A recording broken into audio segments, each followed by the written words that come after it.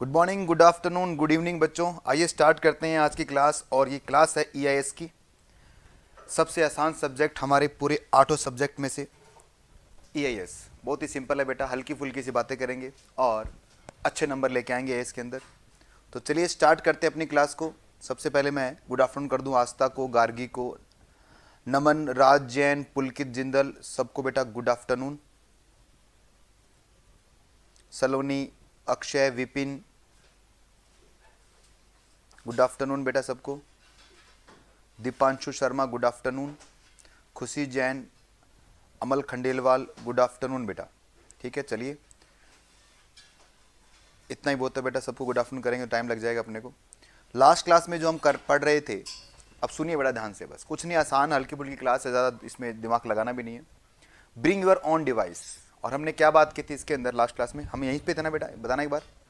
Bring your own device से पढ़ा रहा था ना मैं, हम यही पढ़ रहे थे ना, bring your own device, BYOD। Yes, चलिए इधर देखो बेटा। ब्रिंग योर ऑन डिवाइस का मतलब हो गया कि एक एम्प्लॉय को ऑर्गेनाइजेशन परमिट कर रही है कि तू हमारे ऑर्गेनाइजेशन के अंदर अपना लैपटॉप, अपना मोबाइल या अपने टैबलेट्स को लेके आ और ऑर्गेनाइजेशन का जो नेटवर्क है उससे अटैच हो जा और अपना हमारा काम कर, मतलब ऑर्गेनाइजेशन का काम कर मेरे लैपटॉप पे। लैपटॉप किसका होगा सर? कंपनी का होगा, सॉरी मेरा होगा। काम किसका है? कंपनी का है। अब इसमें एक पॉलिसी बनना बहुत ज़रूरी है बेटा कि सर किस तरह से काम किया जाएगा। तो सबसे पहले BYOD का बिल्कुल सिंपल सा मीनिंग क्या है? Bring your own device. Organisation में आइए, अपना डिवाइस पे कंपनी का काम कीजिए। बेनिफिट क्या है इसमें, एडवांटेज क्या है इसके, डिसएडवांटेज क्या, वो देखेंगे हम। तो सबसे पहले जो छोटा सा जो पैराग्राफ है जो आपको याद रखना है एग्जाम पॉइंट ऑफ व्यू से, हम पहले उसको रीड करते हैं। Bring your own device refer to business policy allow employee to use their preferred computing device like smartphone laptops for business purpose। तो मतलब जो भी आपके स्मार्टफोन है, जो आपका लैपटॉप है, आप क्या करोगे? बिजनेस पर्पज के लिए उसे यूज करोगे। ठीक है, मतलब ऑर्गेनाइजेशन के बिजनेस पर्पज के लिए मैं अपना लैपटॉप यूज कर रहा हूं। It means the employee are welcome to use the personal device, laptop, smartphone, tablet, etc. to connect the corporate network to the access the information and application। ये लो बेटा, यहाँ तक आपको एग्जाम के लिए लिखना है बेटा। ये जो है ना, ये जो मैंने अंडरलाइन किया है, ये है एग्जाम पॉइंट ऑफ व्यू से आपको ये लिखना है। ठीक है, और इसमें कीवर्ड कौन से हैं? कीवर्ड है बेटा कनेक्ट टू कॉर्पोरेट नेटवर्क। ये कीवर्ड ये यूज रखना बेटा कि कॉर्पोरेट का जो नेटवर्क है उससे आप कनेक्ट करोगे। BYOD पॉलिसी हैज रेंडर क्या करेगी बेटा? The work space flexible, empowering the employ to the mobile and giving them to right to work beyond their required hours. कि आप घर पे बैठ के भी काम कर सकते हैं, जैसे ना वर्क फ्रॉम होम चल रहा है बेटा आजकल, तो घर पे बैठ के भी काम कर सकते हैं आप रास्ते में हैं कहीं, मोबाइल के थ्रू भी आप कोई ईमेल अपना एक्सेस कर सकते हैं, क्योंकि आप जुड़े हुए हैं किसके साथ में? नेटवर्क से जुड़े हुए हैं, अपने ऑर्गेनाइजेशन के नेटवर्क के साथ में। The continued flexion readily improving the technology devices and led to the mass adoption of the smartphones, tablets and laptops, challenging of the long-standing policy in the working as the company owned devices। पता रहा कि आज के ज़माने पर इतनी technology इतनी hi fi हो चुकी है कि सबके पास लैपटॉप्स होते हैं, सबके पास स्मार्टफोन्स हैं, तो इनको यूज करो और कंपनी के लिए भी बेनिफिट रहेगा इसका। Increase the employees satisfaction but also reduce the IT desktop cost for the organizations, and the employee are willing to buy, maintain and update the device, return to one time investment cost to the paid by the organization। तो बता रखे हैं यहाँ पर कि sir इसमें फ़ायदा ही फ़ायदा है, ब्रिंग ऑन डिवाइस में फ़ायदा ही फ़ायदा है। पहला फ़ायदा क्या है कि सर एम्प्लॉय जो होगा वो डिवाइस परचेज करेगा तो कंपनी का कॉस्ट बच जाएगा, पहला तो ये फ़ायदा है। दूसरा फायदा ये है कि सर एम्प्लॉय का डिवाइस होगा तो वो ढंग से यूज करेगा। सोच के देखो ना बेटा, अगर मेरा खुद का लैपटॉप मैं ऑर्गेनाइजेशन में लेके आ रहा हूँ तो उसको मैं ऐसे पागलों की तरह यूज नहीं करूंगा कि हाँ भाई ठीक है मार दिया तोड़ दिया, नहीं साहब, मेरा खुद का है, अपना ही तो है यार, क्यों आराम से यूज करो। और तीसरी चीज क्या है कि सर अगर कोई नई टेक्नोलॉजी आती है या अपडेशन आता है, जैसे आपको पता आपका जो फोन है जब भी उसमें अपडेट वर्जन आता है तो आप हाथ के हाथ उसे अपडेट करते हैं, तो वैसे मैं भी क्या करूंगा बेटा, अपडेट रखूंगा, हर चीज को साफ सुथरा रहेगा। तो इसमें फायदा ही फायदा है, काम भी ढंग से होगा, कॉस्ट भी नहीं लगेगी, मेंटेनेंस का कॉस्ट भी कम हो जाएगा एम्प्लॉयर का, तो इसमें फ़ायदा ही फ़ायदा बता रहे। पर कुल मिला के आपको ऊपर का जो 4 लाइनें हैं वही आपको याद रखनी है। ठीक है सर, इतने याद रखेंगे हम, बाकी की बातें तो ज्ञान की हैं, आप चाहो तो याद रखो, छोड़ दो। एग्जाम पॉइंट ऑफ व्यू से ऊपर की 4 लाइनें आपको याद रखनी है। ठीक है सर, आगे बढ़ते हैं। अब जो एग्जाम में क्वेश्चन पूछते हैं बेटा वो ये है यहाँ पे बता रखा है 90s के अंदर क्या हुआ, छोड़ो इसको, क्या करना है 90s में क्या हुआ, आगे बढ़ते हैं।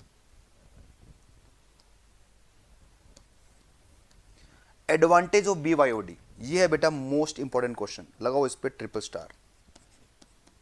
देखो एग्जाम में क्या है कि स्टीरियोटाइप क्वेश्चन आएगा, बिल्कुल फ्लैट क्वेश्चन आएगा, एडवांटेज ऑफ BYOD लिखो आप। तो एडवांटेज ऑफ BYOD 4 नंबर में आएगा, आपको ये चारों के चारों हेडिंग याद होने चाहिए बेटा, तभी आपको 4 नंबर मिलेंगे। अंदर का मैटर आप अपनी लैंग्वेज में लिख सकते हैं, कोशिश करो कीवर्ड आप लिखने की, क्योंकि जितनी बार उसको रीड करोगे तभी कीवर्ड याद रहेंगे, और कीवर्ड में निकालता रहूंगा, उसको रिवाइज भी करेंगे ना, तो कीवर्ड के हिसाब से उसे रिवाइज भी करेंगे अपन, ठीक है। तो एडवांटेज क्या होता है बेटा, सबसे पहला एडवांटेज क्या आप बिना देखे बता सकते हो, अगर आप ये ना भी पढ़ोगे तो भी पता है साहब एडवांटेज क्या है, क्योंकि BYOD में तो एडवांटेज है। सबसे पहला एडवांटेज है बेटा, इंप्लॉयज होंगे ना वो खुश रहेंगे, हैप्पी रहेंगे आप। क्यों, ऐसा क्या है, क्या मिल जाएगा एम्प्लॉय को जो हैप्पी रहेगा, वो खुद की डिवाइस पे काम करेगा। सर खुद की डिवाइस पे काम करना उसके लिए ईजी है, खुद की डिवाइस वो यूज टू है और उसको मजा आएगा, सारा कुछ काम उस पर कर पाएगा। और सबसे बड़ी बात क्या है कि सर उसे 2 लैपटॉप कैरी नहीं करने पड़ेंगे, एक तो अपना लैपटॉप जो कैरी करेगा वो, और दूसरा ऑर्गेनाइजेशन का लैपटॉप वो कैरी नहीं करना पड़ेगा। तो खुश रहेगा कि एक लैपटॉप है वो भी घर के लिए है और वो किसके लिए, ऑफिस के लिए, सब कुछ एक में ही सलट जाएगा साहब। तो ये है आपका हैप्पी एम्प्लॉय। तो employee love to use their own devices when at work, this also reduce the number of devices and employee has to carry, कम हो जाएगा ना, अपना खुद का रखेंगे अब। Otherwise he would be carrying his personal as well as organization provided devices. ठीक है बस, आया बेटा समझ में, हाँ सर समझ में आया। नेक्स्ट पढ़ते हैं, लोअर IT बजट्स। बताओ बेटा लोअर IT बजट्स कैसे है, ये तो सर सबसे बड़ा बेनिफिट है ना, ऑर्गेनाइजेशन को लैपटॉप्स वगैरह परचेज नहीं करने पड़ेंगे। तो जो IT बजट होगा, सर ये IT बजट क्या होता है बेटा, हर एक कंपनी का अपना IT डिपार्टमेंट होता है। IT डिपार्टमेंट जितने भी आपके ऑर्गेनाइजेशन में IT से रिलेटेड डिवाइसेज हैं, जैसे आपके लैन केबल है, जैसे आपका प्रिंटर है, जो आपका लैपटॉप है, ये सारा जो तामझाम है ये सब कौन देखता है, IT वाले देखते हैं, ठीक है ना। उसके अलग से एक टीम रहेगी, उसके कुछ मैनेजर्स होते हैं बेटा जो पूरा मेंटेन करते हैं, ठीक है ना, वो IT का जितने भी डिवाइसेज ना वो उसका ध्यान रखते हैं। तो अब IT में सबसे बड़ा बजट क्या होता है बेटा, हार्डवेयर को परचेज करना, इन डिवाइसेस को परचेज करना। तो क्या होगा बेटा, उनके डिवाइसेस कम परचेज करने पड़ेंगे उन्हें। क्यों करने पड़ेंगे, क्योंकि तो लैपटॉप्स वगैरह वो कौन लेके आ रहा है, एम्प्लॉय खुद लेके आ रहा है। तो could involve the financial saving to the organisation. तो अंडरलाइन करेंगे बेटा, ये जो वर्ड है कोशिश करो बेटा इसको याद रखने का, फाइनेंशियल सेविंग का, ये तो वैसे याद है, हाँ बिल्कुल बेटा, तो वही वर्ड लिखो जो एग्जामिनर चाहता है। Since the employ would be using the devices their already possess, thus reducing the outlay of the organization in providing the devices to employee। तो पहले में क्या लिखा, पहले में लिखा है कि साहब उसको एक्स्ट्रा डिवाइसेस कैरी नहीं करना पड़ेगा, और दूसरे में क्या था बेटा, उसको क्या है, फाइनेंशियल सेविंग होगा, किसको, कंपनी को, IT डिपार्टमेंट को। पॉइंट नंबर 3 में लिखा है sir IT reduce support requirement. बताओ बेटा सपोर्ट रिक्वायरमेंट कम कैसे होगा, सोच के देखिए कि सर चीजें खराब कैसे होती है जब उसे आप मिस यूज करते हैं, आप उसे खराब यूज करते हैं। जैसे मान लीजिए मैंने आपकी बाइक आपसे उधार मांगी, मैंने कहा यार अभी जाके आना है, 2 घंटे के लिए बाइक दे दे। अब आपकी बाइक है तो मैं बाइक चला रहा हूँ, रास्ते में खड्डा है तो मुझे क्या फर्क पड़ता है, अपनी थोड़ी टूट रही है, सामने वाले की टूट रही है, खड्डे में मार मूर के ले आया और आपको मैंने दे दिया। इसी तरह बेटा कंपनी के लैपटॉप के साथ भी हो रहा है कि साहब वो खराब हो रहा है, उसका वायर फंस रहा है, कोई दिक्कत नहीं है, आपने तो यूज किया और बाद में फेंक के घर पे पहुंच गए आप। अब आपका खुद का डिवाइस होगा तो उसे आप ढंग से यूज करोगे, संभल के यूज करोगे, है ना बेटा। तो लोग मतलब लोग क्या ये पॉइंट कह रहा है आपको कि आपका जो रिड्यूस होगा सपोर्ट किसमें से, रिक्वायरमेंट कम रहेगा बेटा IT के डिपार्टमेंट लोगों का। क्यों सर, क्योंकि चीजें खराब कम होंगी, और खराब कम होगी तो ज्यादा आपको इसको आपको ज्यादा उसमें मेंटेन नहीं करना पड़ेगा, और मेंटेन नहीं करना पड़ेगा इसका मतलब क्या होगा बेटा, आपका कहीं ना कहीं कॉस्ट बच जाएगा। IT department does not have to provide end user support and maintenance for all these devices, resulting क्या होगा बेटा, द कॉस्ट सेविंग हो जाएगा। बहुत ही सिंपल बातें। नेक्स्ट में लिखा हुआ बेटा earlier adoption of the new technology. मुझे बताओ बेटा अब लैपटॉप किसका, एम्प्लॉय का। तो जैसे ही कोई नई टेक्नोलॉजी आएगी एम्प्लॉयर खुद प्रोएक्टिव होकर, देखो 2 होते हैं, तो एक तो रिएक्टिव होगा, तो प्रोएक्टिव। रिएक्टिव का मतलब होता है देख के काम करना, पहले आप काम करोगे उसको मैं रिपीट कर रहा हूं, उसे बोलते हैं रिएक्टिव। प्रोएक्टिव का मतलब क्या है कि खुद आगे आके काम करना, ठीक है ना, मैं खुद आता हूं फ्रंट में आके बोलता हूं नहीं मैं पहले मैं करूंगा, उसे बोलते हैं प्रोएक्टिव। तो अब इस केस में क्या होगा बेटा कि जो भी एम्प्लॉय होंगे वो प्रोएक्टिव नेचर की तरह काम करेंगे। प्रोएक्टिव का मतलब क्या हो गया कि साहब वो खुद चाहेंगे कि मेरा लैपटॉप वगैरह सब क्या रहे, अपडेट रहे, जैसे आप अपने मोबाइल के लिए करते हो। आपके मोबाइल में जैसे ही कोई नई एप्लीकेशन आती है या एप्लीकेशन का अपडेट मांगता है तो आप हाथ के हाथ अपडेट कर लेते हो। व्हाट्सअप को आपने अपडेट कर लिया, फेसबुक को आपने अपडेट कर लिया। क्यों अपडेट कर लिया? क्योंकि आप चाहते हैं कि जो भी नए फीचर जुड़े वो आपके पास होने चाहिए, तो आपने प्रोएक्टिव तरीके से अपडेट किया। वैसा ही क्या होगा बेटा, एम्प्लॉय भी काम करेगा। अगर लैपटॉप वगैरह उसका खुद का है तो प्रोएक्टिव। अब आईटी डिपार्टमेंट वाला फोन नहीं करेगा उसको, भाई आ जा तेरा लैपटॉप अपडेट कर ले, नहीं, वो खुद ही जाके अपडेट करवा लेगा। तो बहुत ही सिंपल है सर। अरे हाँ बिल्कुल सिंपल है बेटा, मैंने कब कहा मुश्किल है। तो क्या लिखा है इसने, earlier adoption of the new technology, employ are generally proactive in adoption of the new technology that result in enhance the productivity of the employ leading to the overall growth of business. ठीक है बच्चों, हाँ sir ठीक है। आगे बढ़ते हैं और सबसे लास्ट जो सबसे मस्त वाला पॉइंट है, और वो बताओ बेटा क्या है, ये है इंक्रीज्ड एम्प्लॉय एफिशिएंसी। बताओ कैसे बढ़ेगी? अरे भाई मैं जब मेरे लैपटॉप पे काम करूंगा तो मेरी एफिशिएंसी बढ़ेगी, क्योंकि यूज टू हूं मैं, सारा दिन उसी लैपटॉप पे काम करता हूं। आपका जो मोबाइल है उससे यूज टू हो बेटा, आप उतनी स्पीड से काम कर सकते हैं जितनी स्पीड से शायद मैं नहीं कर पाऊंगा आपके मोबाइल के ऊपर। तो बता रखा है कि सर जो एम्प्लॉय की जो एफिशिएंसी है वो बढ़ेगी। अगर मान लीजिए बेटा एम्प्लॉय को कंपनी अपना लैपटॉप या अपना कंप्यूटर देती है, ठीक है ना, तो एम्प्लॉय को सीखने में टाइम लगेगा, भाई उस कंप्यूटर में कौन सी चीज कहाँ रखी हुई है, तो उसमें कुछ टाइम खराब होगा उसका। इससे बढ़िया क्या है, अपना खुद का लिया भाई, सीखा सकाया सब कुछ काम हो जाएगा। तो लिखा efficiency of the employ is more when the employ works in his her own devices.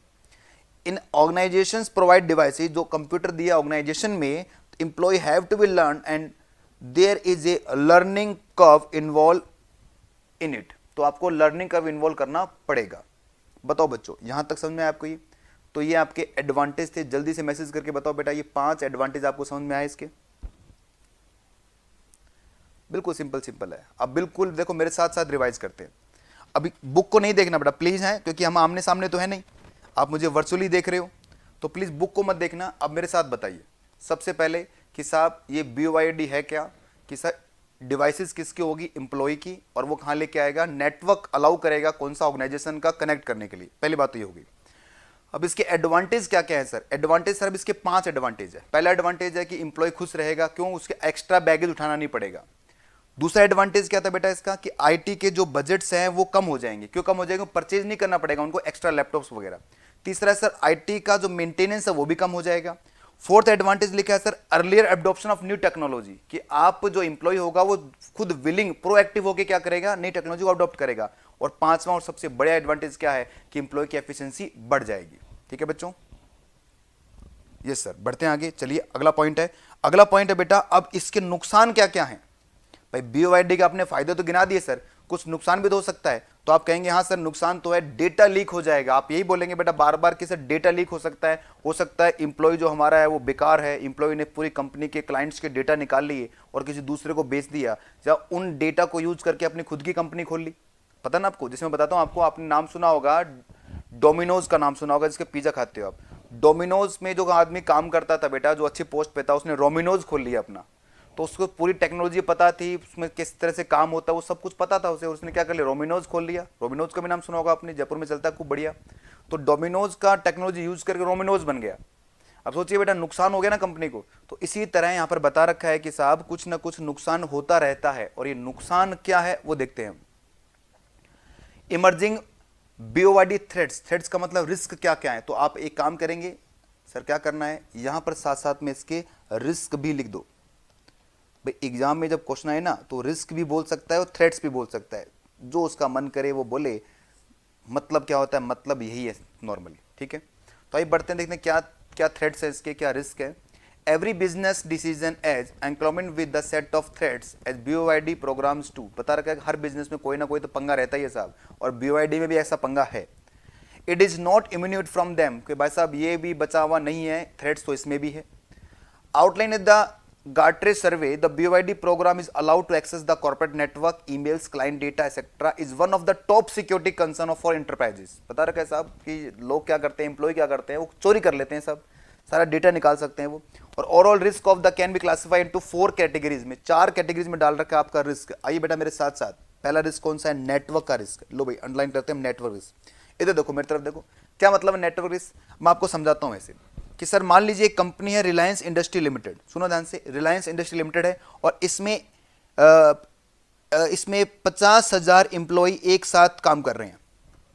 और यहां पर BYOD पॉलिसी लगी हुई है, सभी इंप्लॉय अपना डिवाइसेस लेके आते हैं, ठीक है बेटा।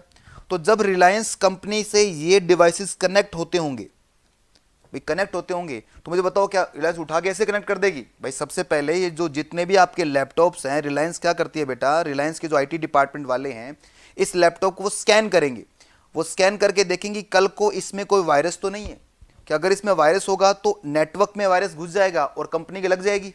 इसलिए क्या करेंगे बेटा, इसको कनेक्ट करने से पहले वो स्कैन करवाएंगे, इसका वायरस ठीक करेंगे और बताएगा भाई अब नेटवर्क बता रहा है कि 50,000 लैपटॉप हमारे इस नेटवर्क से जुड़े हुए हैं।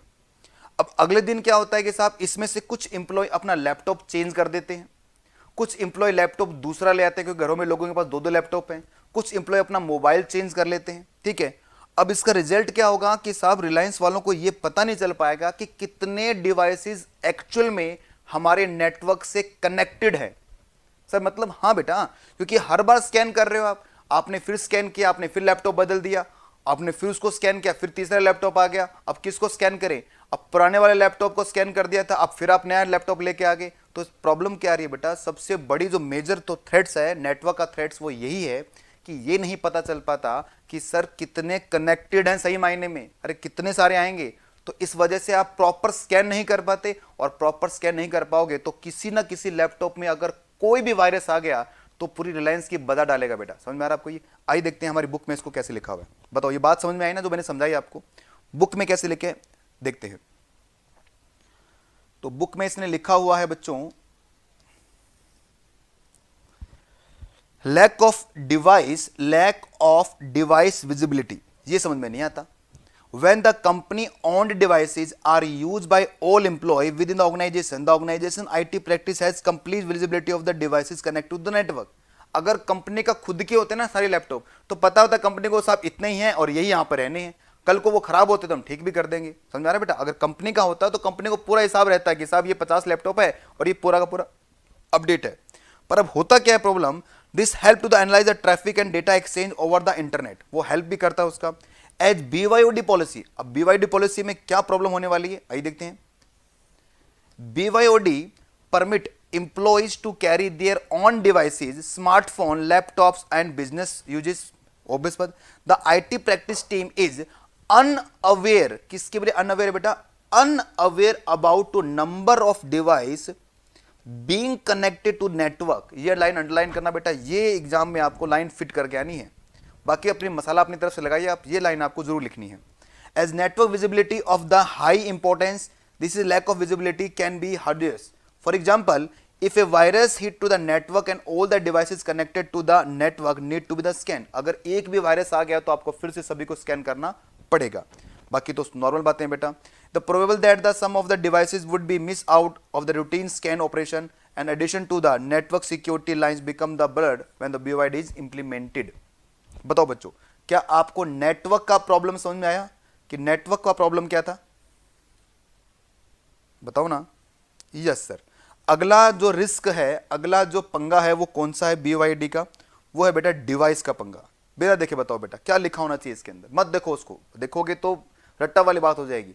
सर BYOD में डिवाइस का पंगा मतलब, अरे कल को आपकी डिवाइस हो गई चोरी, ठीक है ना, मान लीजिए आप कहीं जा रहे हैं, आपने डिवाइस कोई बस में है आप या अपनी गाड़ी में है और चोरी हो गया डिवाइस आपका, तो जब सब डिवाइस तो आपका चोरी होगा, मतलब इंप्लॉय का तो डिवाइस चोरी होगा, पर उसमें जो रखा हुआ डेटा वो किसका चोरी हो जाएगा बेटा? कंपनी का चोरी हो जाएगा। एक सर्वे है, सर्वे अमेरिका कंपनी ने सर्वे किया है और उन्होंने बताया कि जितना भी डेटा लीकेज होता ना, जितना भी डेटा लीकेज होता है, ये सारा डेटा जो लीकेज होता है वो लैपटॉप के चोरी के से ही निकाला जाता है बेटा। आपको प्रैक्टिकल लाइफ का एग्जांपल देता हूँ। आपने सिटी बैंक का नाम सुना होगा।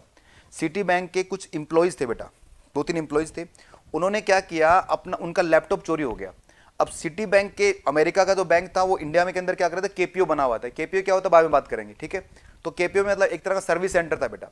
तो वो लोग क्या करते थे, मतलब पूरा डेटा उनके पास था और उनका एक लैपटॉप चोरी हो गया। अब चोरी हो गया, जिसने चोरी किया उसने कहीं पे बेच दिया होगा भंगार में।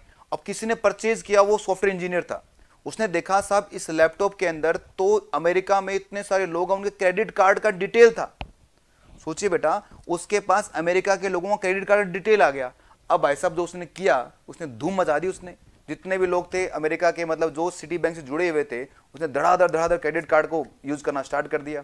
हालांकि वो पकड़ा गया, पूना का आदमी था, वो पकड़ा गया हालांकि, पर मुझे बताओ बेटा नुकसान तो हो गया ना। नुकसान क्या हुआ, इतना बड़ा रेपुटेशन लॉस हो गया बेटा सिटी बैंक का। आज मुझे बताओ बेटा, जब भी कोई सिटी बैंक में अपना अकाउंट खुलवाएगा तो उसे ये वाक्य तो जरूर याद आएगा कि इनके साथ ऐसा एक बार हो चुका है। समझ में आ रहा है बेटा? भाई देखो, डेटा का लॉस होना सिर्फ ये नहीं कि हाँ हो गया क्या करें, नहीं बेटा, रेपुटेशन लॉस होता है कि आपका रेपुटेशन खराब हो गया। एक बार सिटी बैंक के ऊपर कलंक लग गया तो वो लग गया, उसके लिए तो बिजनेस ही उसका तो खराब हो गया ना बेटा। समझ में आ रहा है आपको ये? तो डेटा का लॉस का मतलब, डेटा का लॉस का मतलब डिवाइस चोरी हो जाना, सॉरी डिवाइस रिस्क का मतलब डिवाइस चोरी हो जाना। आइए पढ़ते हैं कैसे लिखा हुआ है। A lost of stolen devices, a lost or stolen devices can result a क्या बेटा financial and reputational embarrassment of an organization as device may hold sensitive corporate information. Data loss from the stolen or lost devices rank of the top security threats as per the ranking released by the Cloud Security Alliances. एक cloud security alliances company की एक उन्होंने alliance बना रखा है, उनके हिसाब से जो डेटा का जो लॉस होता है ना, वो लैपटॉप के चोरी होने की वजह से ज्यादा होता है बेटा। ये इसमें लिखा हुआ है, ठीक है बच्चों? हाँ सर, बिल्कुल समझ में आ रहा है ये तो।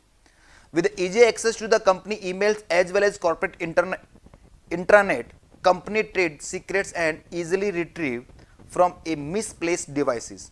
आया बेटा समझ में आपको ये? जतिन, अक्षय, जय, सलोनी, अमल, बताओ बेटा क्या समझ में आया आपको ये जो अभी हमने पढ़ा? तो हमने दो रिस्क देखे, हमने दो रिस्क देखे बेटा। पहला रिस्क कौन सा था? नेटवर्क का रिस्क। बताओ बेटा नेटवर्क रिस्क क्या था? पता नहीं चलता सब कितने कनेक्टेड हैं और किस किस को स्कैन किया, किसको स्कैन नहीं किया। कल को एक भी स्कैन होने से छूट गया तो पूरी नेटवर्क में क्या कर देंगे, बजा डालेंगे वो। पहला तो पॉइंट ये था। दूसरा पॉइंट क्या था कि सर डिवाइस का रिस्क। डिवाइस तो चोरी होती है तो ठीक है, वो तो नुकसान देख लेंगे हम, पर उसके साथ साथ में डेटा भी चला जाएगा और डेटा के साथ में रेपुटेशन भी चली जाएगी कंपनी की। हाँ सर बिल्कुल समझ में आया। अब पॉइंट नंबर 3 पढ़ रहे हैं हम। बिल्कुल बिल्कुल बिल्कुल।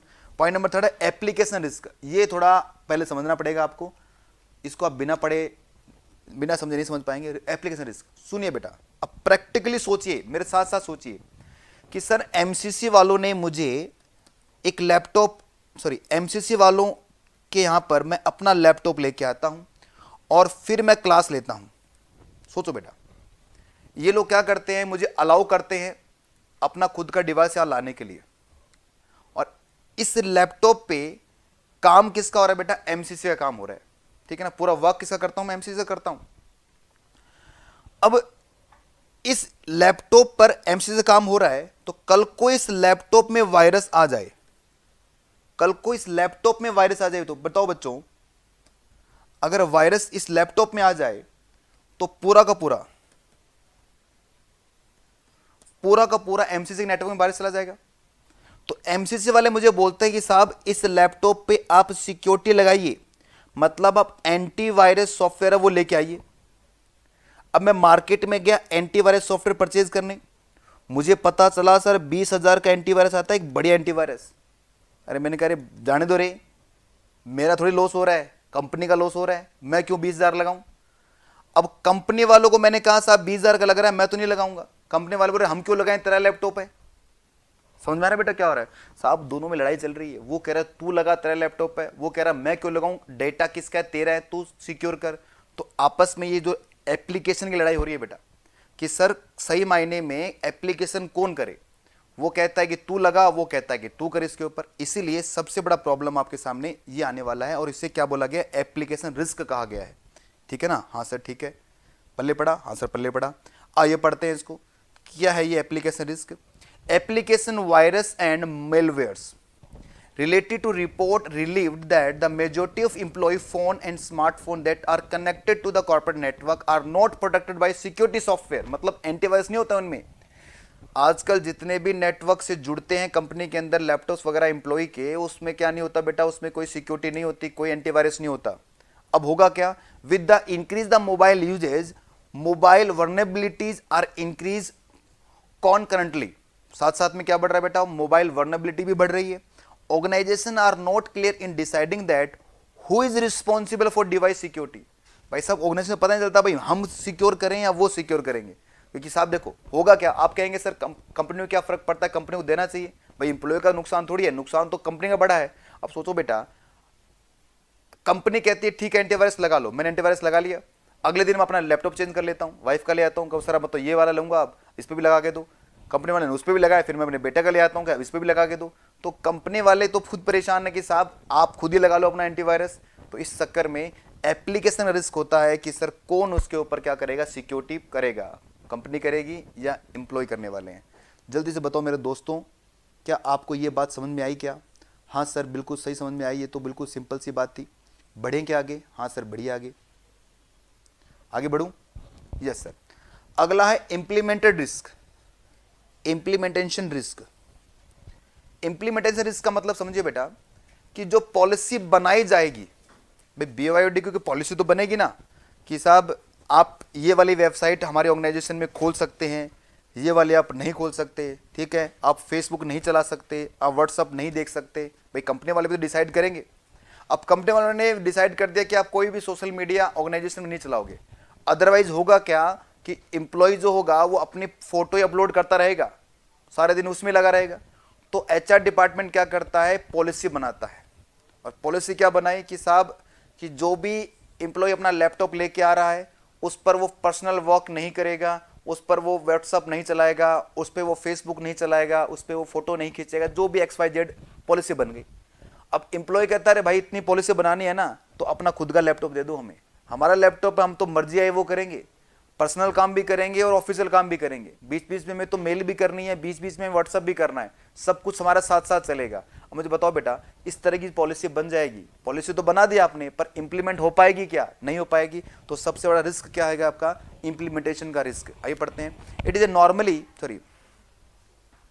The effective implementation of the BYOD program should not only cover the technical issue mentioned above but also mandate the development of robust implementation policy, because the corporate knowledge and data are key assets of the organization. The absence of the strong BYOD policy would be failed to communicate the employee expectation, thereby increase the chance to device misuse। obviously बात है बेटा कि भाई company चाहती है कि जो ये डिवाइस है उस डिवाइस को कोई मिसयूज ना कर पाए कभी। अब बड़े तरीके से यूज हो, अरे मिसयूज क्या ना कर पाए, जब मैं डिवाइस आपके ऑर्गेनाइजेशन में आपके सामने हूं तब तो ठीक है, डिवाइस घर पे जाने के बाद में पता नहीं क्या क्या करता हूं उस डिवाइस पे मैं। भाई मेरी डिवाइस है, मेरा लैपटॉप है, मैं कोई भी वेबसाइट खोलूं कुछ भी करूं, मैं समझ में आ रहा है आपको ये? तो इस चक्कर में पॉलिसी नहीं बना पाओगे आप, अच्छी पॉलिसी नहीं बन पाएगी, क्योंकि जब तक ऑर्गेनाइजेशन में है तब तक तो ठीक है, पर बाद में जो डेटा आपके लैपटॉप में आ गया है और वो आपके ऑर्गेनाइजेशन के घर जाने के बाद में वो कुछ भी कर सकता है उस डेटा के साथ में, तो एक अच्छी पॉलिसीज नहीं बन पाती। तो बेटा ये 4 रिस्क हैं। बताओ सबसे पहला क्या था? नेटवर्क का रिस्क। दूसरा क्या था? डिवाइस का रिस्क। तीसरा क्या था बेटा आपका? तीसरा क्या था? Application risk. और लास्ट में क्या बेटा? Implementation risk. तो ये 4 रिस्क है। इसको हम, पहला है नेटवर्क का, नेटवर्क रिस्क। दूसरा क्या है? डिवाइस का। तीसरा क्या है बेटा? एप्लीकेशन का। और चौथा कौन सा है बेटा आपका? इंप्लीमेंटेशन का। तो ये बन गया नदी। नदी, नदी मतलब नेटवर्क, ए मतलब एप्लीकेशन, डी मतलब डिवाइस और आई मतलब क्या हो गया बेटा आपका? Implementation risk. ठीक है ना? नदी, तो नदी आएगी बेटा इसमें। बताओ जी, अमल, अक्षांश, आरव, समझ में आया बेटा आप लोगों को? वर्नेबिलिटीज का मतलब क्या होता है बेटा? वर्नेबिलिटीज का मतलब होता है, देखो एक वर्नेबिलिटीज का मतलब है जो अंदर से कमजोर है। सुनो देखो, आजकल तो बहुत बड़े एग्जांपल देता हूं वर्नेबिलिटी का, देखो शानदार समझ में आएगा आपको। वर्नेबिलिटी का मतलब जैसे आज के समय क्या चलता है कि आपकी जो इम्यूनिटी पावर है वो अच्छी होगी तभी आप वो कोरोना से बच जाओगे आप, ये तो चल रहा है बेटा मार्केट के अंदर। इसका मतलब जिनका इम्यून सिस्टम अच्छा नहीं है उसको कोरोना जल्दी पकड़ लेगा। इसका मतलब कि सर आप अंदर से कमजोर हैं तभी तो बीमारी आप पे आ रही है। इसी तरह सर ऐसा कोई लैपटॉप या सिस्टम जो वर्नेबलेबल है, मतलब उसमें कमजोरी है, वो कभी भी क्या कर सकता है? किसी वायरस को अटैक कर सकता है। अगर आपका लैपटॉप बढ़िया है, स्मार्टफोन अच्छे हैं आपके, उसमें अच्छे सॉफ्टवेयर लगा रखे हैं आपने, तो जल्दी से वायरस उस पर अटैक नहीं करेगा। पर यदि लैपटॉप या फिर आपका कंप्यूटर में कोई एंटीवायरस नहीं है या फिर वर्नेबल है तो क्या होगा? वो अटैक हो जाएगा। चलिए बढ़ते हैं आगे। तो अब हमने एक टॉपिक कंप्लीट किया और टॉपिक का नाम क्या था बेटा? टॉपिक का नाम सिंपल सा था कि सर BYOD, 2 क्वेश्चन बनते हैं इस पे। पहले BYOD का मतलब क्या है वो तो बताना ही आपको। 2 क्वेश्चन, या तो एडवांटेज आएगा या क्या आएगा? इसके रिस्क आएंगे। एडवांटेज 5 है बेटा, एम्प्लॉय आपका खुश रहता है। दूसरा, IT के बजट कम हो जाते हैं, IT की मेंटेनेंस कम हो जाती है, एफिशिएंसी बढ़ती है एम्प्लॉय की, और एम्प्लॉय क्या होगा बेटा आपका? अर्लियर एडॉप्शन करेगा। ये 5 बेनिफिट। दूसरा है बेटा इसके थ्रेड्स क्या है, थ्रेड्स में नदी है बेटा, नदी में एन मतलब नेटवर्क का प्रॉब्लम आता है, नेटवर्क रिस्क है, ए मतलब एप्लीकेशन रिस्क रहेगा, डी मतलब डिवाइस रिस्क रहेगा, और आई मतलब इंप्लीमेंटेशन रिस्क रहेगा। बताओ बेटा ये बिल्कुल समझ में आ गया आपको, ये एग्जाम में आगे लिख दोगे, हाँ से लिख देंगे, रट्टा मारते रहना साथ साथ में। आगे बढ़ते हैं हम नेक्स्ट पॉइंट। नेक्स्ट पॉइंट हम पढ़ेंगे बेटा,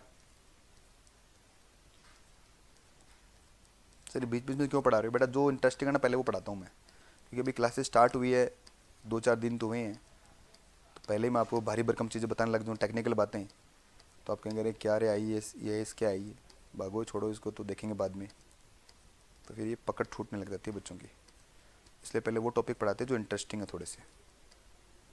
आओ बच्चों हम पढ़ते हैं, क्लाउड की दुनिया में लेके चलता हूँ, वो क्लाउड की दुनिया में। सर क्लाउड की भी दुनिया होती है, हाँ बेटा क्लाउड की भी पूरी दुनिया है। क्लाउड का मतलब वो क्लाउड नहीं जो पानी गिरता है बेटा, ये अलग से एक दुनिया है पूरी, और ये मोस्ट इंपॉर्टेंट, हर बार एग्जाम में इस पे क्वेश्चन आता ही आता है। क्लाउड कंप्यूटिंग, सबसे पहली बात क्लाउड कंप्यूटिंग है क्या, उसको तो जानो साइड में। मुझे बताओ, आप यूट्यूब के ऊपर कोई भी वीडियो देख लेते हैं, या फिर आपको पता है अपनी जो क्लासेस चल रही हैं अभी, लाइव जो क्लासेस चल रही हैं, कोई बच्चा जो कनेक्ट नहीं हो पाता, जैसे अब बहुत कम बच्चे कनेक्ट होते हैं आजकल, 70 के आसपास बच्चे रहते हैं, पर क्लास में तो ज़्यादा बच्चे हैं, वो बच्चे क्या करते हैं बाद में देखते हैं क्लास, है ना बेटा। अब बाद में का मतलब क्या है, क्या ये क्लास आपके मोबाइल में सेव है या आपने कहीं और से उसे एक्सेस किया है। आप कहेंगे सर कहीं और से एक्सेस किया है, सर कहाँ से एक्सेस किया आपने, कहाँ से एक्सेस किया, सोच के देखिए बेटा, आप ये जो क्लास जो है ये कहाँ से एक्सेस कर रहे हैं। क्या आप MCC के नेटवर्क में घुस के वो क्लास देख रहे हैं, नहीं सर MCC नेटवर्क में नहीं है। देखो होता क्या है, प्रैक्टिकली सोचिए बेटा, नहीं नहीं नहीं स्टोरेज नहीं बेटा, इधर देखो, ये है MCC। MCC क्या करता है, अभी क्लास जो चल रही है वो रिकॉर्ड हो जाएगी, रिकॉर्ड होने के बाद में MCC इस क्लास को कहीं ऐसी जगह पे रख देगा जिसको कोई भी व्यक्ति ID पासवर्ड डालकर कोई भी व्यक्ति क्या करेगा, उसे एक्सेस कर पाएगा, कभी भी एक्सेस कर पाएगा। इसका मतलब ये जो जगह है ये MCC के अंदर भी हो सकती है, MCC के बाहर भी हो सकती है। जैसे आपने अभी Gmail यूज किया होगा, जब मैं बात करूं तो फेसबुक का, फेसबुक तो सभी यूज करते हैं बेटा। अब फेसबुक पर आपने मान लीजिए अपने घर से लैपटॉप से आपकी अपनी फोटो आपने अपलोड की, ठीक है, और बाद में काम हो गया आपको और आपको जाना पड़ गया मुंबई। अब क्या आप किसी दूसरे लैपटॉप पर जाकर आप अपना फेसबुक आईडी खोल सकते हैं क्या, या वो फोटो देख सकते हैं कि आप कहेंगे यस सर ऐसे ही होता है, ये तो नॉर्मल सी बात है। अब मुझे बताओ, इसका मतलब वो जो फोटो आपने अपलोड की है वो पर्टिकुलर उस लैपटॉप में तो नहीं थी, वो कहीं और चली गई, और वहां जैसे ही मैं जाता हूं लॉगिन आईडी पासवर्ड डालता हूं वो फोटो आ जाती है। तो ये फोटो जाती कहाँ है सर, जैसे ही मेरा मन करता है कि सर मुझे कोई गाना सुनना है, यूट्यूब पे मैं टाइप करता हूँ, गाना आ जाता है, मैं देखता हूँ सुनता हूँ, बाद में वो चला जाता है, कि सर जब जरूरत पड़ती है तब उसे देख लेता हूं मैं और बाद में वो चला जाता है। अब सोचिए बेटा कि ये फोटो आती कहां से है और ये जाती कहां पर है, ये गाने कहां रखे गए हैं। देखो कोई ना कोई तो जगह होती होगी जहां पर ये सारे गाने सेव है, और इंटरनेट के माध्यम से आप उस जगह तक एक्सेस कर पा रहे हैं और वो गाना ले पा रहे हैं। तो वो जो जगह है बेटा, उस जगह को हम क्या बोलते हैं, क्लाउड कहते हैं। बहुत ही सिंपल है बेटा, वो जो एरिया है, क्लाउड मतलब आसमान में, ऐसे कुछ नहीं कि आप सोच रहे क्लाउड आसमान में होगा, धरती पे ही है बेटा, इंडिया में ही है क्लाउड। देखिए बेटा मैं बताऊं आपको, अगर आप क्लाउड सर्वर देखें आप, तो क्लाउड, फेसबुक क्लाउड सर्वर बताता हूं, फेसबुक का क्लाउड सर्वर जो है बेटा आपका पूरी की पूरी एक बिल्डिंग है, पूरी बिल्डिंग बैंगलोर के अंदर पूरी की पूरी 20 माले की बिल्डिंग क्लाउड है बेटा। उसमें सारे सिर्फ क्या लगे हुए हैं, डिवाइसेस लगे हुए हैं, इतने सारे डिवाइसेस लगे हुए हैं, इसमें सभी लोगों का डेटा रखा हुआ है। सोच के देखिए बेटा गूगल के क्लाउड कितने बड़े होंगे, कितना सारा डेटा है। फेसबुक में कितने सारे अपलोड डालते हो आप इंस्टाग्राम के अंदर कितनी फोटो में डालते हो यार, सारा दिन चलते हैं फोटो में। इतने सारे स्टूडेंट मेरे साथ इंस्टाग्राम पे जुड़े हुए हैं, वो सारा दिन फोटो डालते रहते हैं, सारा दिन फोटो चलती है उनकी। अब सोच के देखिए इंस्टाग्राम जैसे जो इतने बड़े बड़े यूजर्स हैं उनके कितने बड़े बड़े क्लाउड होंगे। आज हमारे लैपटॉप के अंदर छोटा सा एक जो छोटा सा हार्ड ड्राइव है बेटा, जिसको हम हार्ड डिस्क बोलते हैं, वो हार्ड ड्राइव जो 2 TB है, 5 TB की हार्ड ड्राइव है, वही फुल हो जाती है। 4 फिल्में डाली फुल हो गई। अब सोचिए इतने सारा एक्सेस हम करते हैं तो वो कितना बड़ा स्पेस होगा जहां पर इतनी सारी चीजें रखी हुई है। तो क्लाउड एक ऐसी जगह है जहां पर आप इंटरनेट के थ्रू अपने डेटा को एक्सेस कर पाते हैं। अब इसको आगे देखते हैं बेटा, ये तो नॉर्मल सी बात है, इसको थोड़ा सा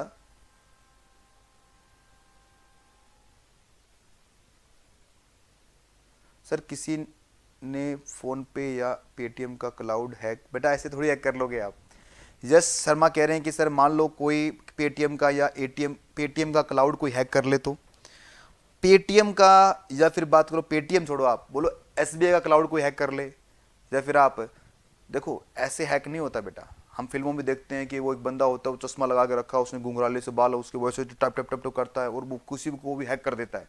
ऐसे हैक नहीं होते बेटा। प्रैक्टिकल लाइफ में इतना ईजी नहीं है हैक करना। हाँ कुछ चीज़ें ऐसी होती है जो वनरेबिलिटीज़ हैं, कुछ वेबसाइट आप हैक कर सकते हो, पर किसी क्लाउड में एंटर करना इतना आसान नहीं है बच्चों। कैसे एंटर करते होंगे मुझे नहीं पता, क्योंकि मैं टेक्निकल नहीं हूँ बेटा, मैं सीए हूँ, मैं टेक्निकल नहीं हूँ, पर हाँ ये चीज़ें आपको पढ़ा सकता हूँ मैं। बढ़ते हैं आगे। अब क्लाउड का मतलब तो हमें समझ में आ गया सर। अब क्लाउड का यूज क्यों चाहिए हमें, क्या मतलब है क्लाउड हमें यूज किस लिए चाहिए?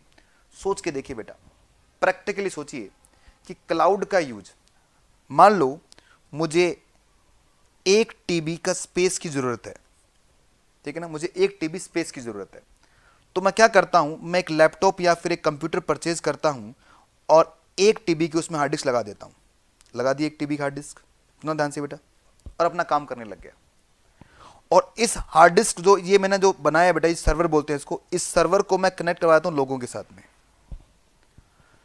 पर धीरे धीरे मेरा व्यापार बढ़ा, धीरे धीरे व्यापार बढ़ा मेरा, और अब मुझे क्या करना पड़ा, ये 1 TB से मुझे इसको 5 TB करना पड़ा। तो आप कहेंगे क्या प्रॉब्लम है, ले आओ परचेज कर लो। बिल्कुल परचेज कर लूंगा। अब इसको 5 TB परचेज करूंगा बेटा, तो सोचिए पहली बात, इसको रखने के लिए स्पेस चाहिए मुझे। हाँ सर बिल्कुल रखने के लिए स्पेस चाहिए, मैं इसको रखने के लिए स्पेस चाहिए।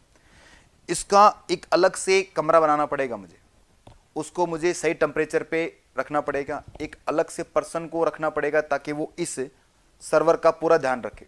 मतलब मेरे खर्चे सिर्फ सर्वर को मेंटेन करने के नहीं है, सॉरी सर्वर को परचेज करने के नहीं है, उसे मेंटेन करने के भी स्टार्ट हो जाएंगे। तो अब एक नया कंसेप्ट इंट्रोड्यूस हुआ बेटा, ये 2003 में इंट्रोड्यूस हो गया था वैसे तो, पर बाद में 2007 के बाद में इसको बहुत यूज होने लग गया। वो कंसेप्ट क्या था, ये कंसेप्ट था कि साहब ये झंझट में क्यों पड़ते हो आप, 1 TB 2 TB मत करो आप तो बस क्या कीजिए, हम आपको स्टोरेज स्पेस दे देंगे, जितना मर्जी उतना स्टोरेज स्पेस। आज आपको 1 TB चाहिए, आप 1 TB ले लो, कल आपको 5 TB चाहिए, हम बढ़ा के उसको 5 TB कर देंगे।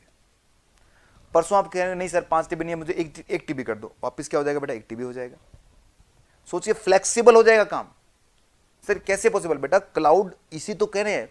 क्लाउड का मतलब साहब कुछ लोगों का मतलब AWS, Amazon वेब सर्विसेज, ये ऐसे लोग हैं जिन्होंने एक बहुत बड़ा सर्वर बना लिया। देखो मैं यहां लिखता हूं, मैं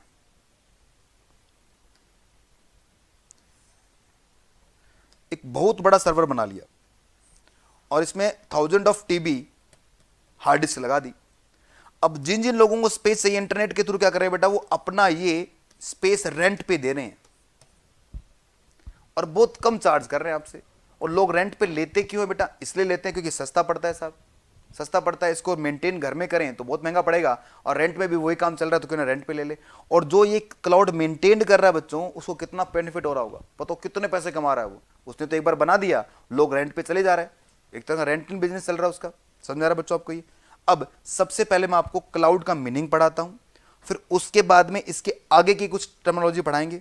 तो इसको छोड़ो, आप जहां क्लाउड का मेन चीज लिखी है बेटे वहीं चलते अपने, और ये पढ़िए क्लाउड कंप्यूटिंग का मतलब क्या है, जो पेज नंबर 67 के ऊपर है बेटा। आइए पढ़ते हैं क्लाउड का मीनिंग क्या है सही मायने में। Simply means, cloud computing simply means, simple language में किसे कहते हैं cloud, use of computing sources as service through network, typically the internet. मतलब किस क्या बोलना चाह रहा है, यूज ऑफ इंटरनेट कहना चाह रहा है। The internet is commonly visualise as cloud, hence the terms cloud computing. रुकिए रुकिए बेटा, रुकिए रुकिए, क्लाउड कंप्यूटिंग नहीं, पहले क्लाउड का मीनिंग पढ़ते हैं अपने। ये क्लाउड का मीनिंग पढ़ते हैं, क्लाउड कंप्यूटिंग बताऊंगा अभी आपको मैं। The understand cloud computing, we first understand the cloud. The cloud refer to application, services, data storage on the internet. ये बता मतलब कि सब कोई एप्लीकेशन या सर्विस या डेटा का स्टोर किया आपने कहा इंटरनेट पे। These services providers rely on GANs servers, forms and massive storage devices are the connected to via internet protocols. मतलब कुछ ऐसे सर्विस प्रोवाइडर्स हैं जैसे अमेजन वेब सर्विसेज हो गया, या आपका फेसबुक हो गया, या आपका गूगल हो गया, ये लोग क्या करते हैं, जैसे एप्पल के भी अपने खुद के क्लाउड है, वो क्या करते हैं बेटा, आपको स्पेस देते हैं। उस स्पेस के थ्रू क्या करोगे आप, यूज कर सकते हो, उस पर्टिकुलर स्पेस को रेंट पे ले सकते हो, ठीक है। उसमें अपना डेटा रखिए आप, और पूरे इंटरनेट, पूरे वर्ल्ड में कहीं से भी आप देख सकते हो, एक्सेस कर सकते हो, ठीक है sir.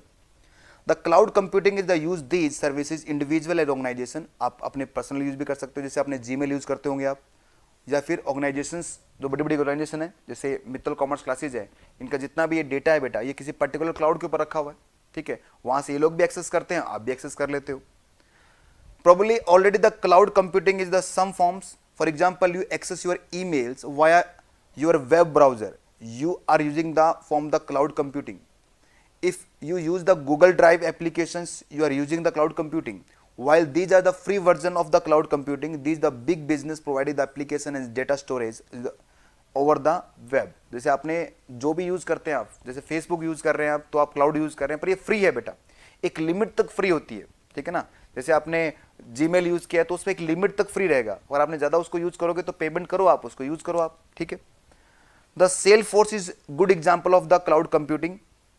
The entire suite of our CRM application are offered to the cloud. The cloud is not limited to the web application, it can also use for services the such phone और video streaming, ठीक है ना बेटा, ये सब चीज़ें इसमें आती हैं। तो कुल मिला के इतनी सारी बातें इसने लिखी हैं। मुझे बताओ बेटा, सिंपल मीनिंग, क्लाउड का सिंपल मीनिंग क्या होता होगा? क्लाउड का सिंपल मीनिंग है साहब कि जो भी आपका डेटा है, आपने कहाँ रखा है, आपने एक ऐसी जगह पे रखा है जो इंटरनेट के थ्रू जिसको आप एक्सेस कर पाओ। बताओ जी, अभी करेंगे बेटा इसके अंदर कितने टाइप के क्लाउड है, उसके बेनिफिट्स क्या हैं, उसकी कैरेक्टरिस्टिक्स क्या हैं, पर उससे पढ़ने से पहले आपको ये पता होना चाहिए सर सही मायने में जो क्लाउड है उसका मीनिंग क्या है। बताओ, यहां तक समझ आया बेटा आपको ये? नहीं? यस, चलो अमल खंडेलवाल ने कहा ये समझ में आया, बाकी तो पता नहीं है भी नहीं क्लास में है क्या, कि कुछ जुड़े हुए हैं क्या बच्चे? हाँ भाई, बच्चे तो बहुत सारे जुड़े हुए हैं, सुरभि, अक्षय, अमल, ठीक है बच्चों। ज़्यादा मैं आपको कल, क्योंकि इसमें पूरा क्लाउड हमें पढ़ना है, तो आज के लिए इतना ही रखते हैं। और प्लीज़ मैं बताऊं आपको एक बात, अभी जाना मत, रुकिए जाना मत, एक बात सुनिए कि जो EIS है, मैंने क्या बोला, आसान सब्जेक्ट है बेटा, बहुत इजी है, जितना मैं पढ़ाऊँ बस क्या करना है आपको, रोज़ के 5 से 10 मिनट, सिर्फ 5 मिनट मांग रहा हूँ बेटा आपके, सिर्फ 5 मिनट पूरे दिन के अंदर जितना मैंने पढ़ा दिया उसको 1-2 बार रिवाइज करते रहो साथ साथ में। बहुत सारे बच्चे कह रहे सर शॉर्ट नोट्स दे दो, अरे कोई कुछ नहीं है बेटा, शॉर्ट नोट्स वगैरह कुछ नहीं होते। अगर अच्छे नंबर लेके आने, आपको 80+ आपने सोचा है कि हाँ सर इसमें लेके आऊँगा मैं, तो आपको 5 मिनट रोज़ निकालना पड़ेगा। डेली मैंने जितना पढ़ा दिया उसको एक बार रिवाइज कर लो बस। वैसे क्लास में रिवाइज करता हूँ मैं, फिर भी 1-2 बार उसको रिवाइज कर लो ताकि आप इन पॉइंट को मेमोराइज कर लो। क्योंकि देखो बेटा, एग्जाम में क्वेश्चन आएगा BYD के एडवांटेज लिखो, तो एडवांटेज के वो 5 पॉइंट अगर आपको आते हैं तभी आपको नंबर देगा एग्जामिनर। अब उसमें अगर आपने एक आधा पॉइंट कम कर दिया तो नंबर कट जाएगा, नहीं लिखा तो 0 नंबर है। तो आप जब तक आपको याद नहीं होगा तब तक लिख नहीं पाएंगे, इसलिए आपको उसको याद करना ही पड़ेगा बेटा। तो सिर्फ 5 मिनट वो कभी भी दो आप, शायद सुबह उठ के दो, रात को सोते समय एक बार देख लो, सर ने ये पढ़ाया था 5 पॉइंट थे, एक बार देख लो उसको। किसी पॉइंट में प्रॉब्लम आए तो क्लास में आने से पहले पूछ लो मुझसे। चलिए बेटा, आज के लिए इतना ही। सर याद कैसे होगा, इसमें टर्म्स इतने टेक्निकल हैं बेटा। टेक्निकल टर्म्स को तो बता रहा हूँ ना मैं आपको, अंडरलाइन कर तो रहा हूँ मैं आपको, सिर्फ वही पॉइंट्स आप याद रखिए। टेक्निकल टर्म्स को याद करनी है यार, हमें सॉफ्टवेयर इंजीनियर थोड़ी बनना है, हम तो CA बन रहे हैं। बस उतना ही पॉइंट याद रखिए जितना काम का है, जो मैं आपको अंडरलाइन करवा रहा हूँ, ठीक है बच्चों। तो आज के लिए इतना ही, मिलते हैं अगली क्लास में, तब तक के लिए बाय।